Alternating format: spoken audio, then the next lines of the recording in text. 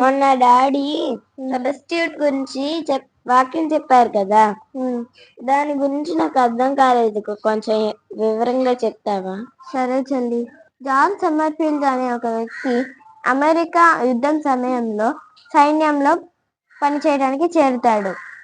అతను 1862లో అనారోగ్య కారణం వలన సైన్యంలో నుంచి తొలగివేయబడతాడు. అతనికి సైన్యంలో ఉండగానే టైఫాయిడ్ జ్వరం వచ్చి కొన్ని రోజుల పాటు 4 నెలల పాటు సైన్యంలో ఉండడు.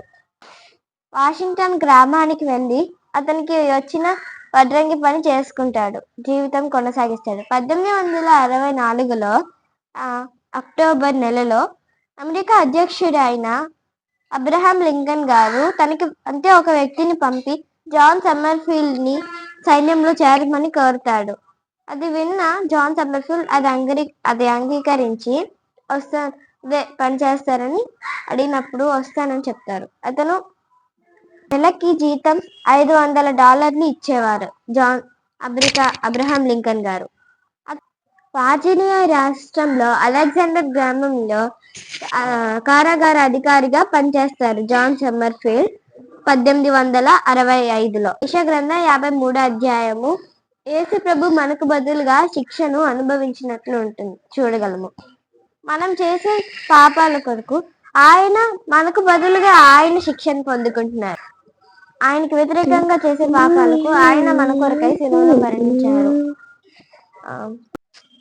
పెన్సిల్వేనియా రాష్ట్రంలో స్ట్రాస్బర్గ్ లో జాన్ సమ్మర్ఫీల్డ్ యొక్క సమాధిని సమాధి పెడతారు. శిలాఫలకముపై అబ్రహాం లింకన్ కు బదులుగా అని రాసిబడతారు. సబ్స్టిట్యూట్ ఫర్ అబ్రహాం లింకన్ అని రాస్తారు. యేసు ప్రభుని సిలువ వేసినప్పుడు పిలాతు అతని పైన అట్టపైన ఏం రాస్తారంటే యూదులు రాజు అయిన యేసు అని రాస్తారు.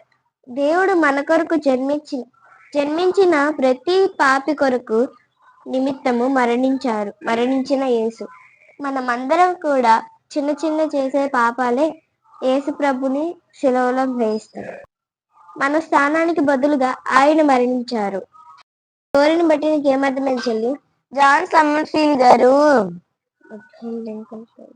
అబ్రహాం లింకన్ కి బదులుగా ఆ సమాధిలో ఉన్నారు. యేసు ప్రభు మన కొరకు మన పాపాలను క్షమించి ఆయన మన బదులుగా శిలువలో మరణించారు. దీన్ని బట్టి నాకు చాలా బాగా అర్థమైంది అక్క స్టోరీ. మన అతిక్రమములు బట్టి ఆయన గాయపడిను, మన దోషములు బట్టి నెలకొట్టుబడు, మన సమాధానమైన ఆయన మీద పడిను. ఆయన పొందిన దెబ్బల వల్ల మనకి స్వస్థత కలిగను. యెషయా 53:5.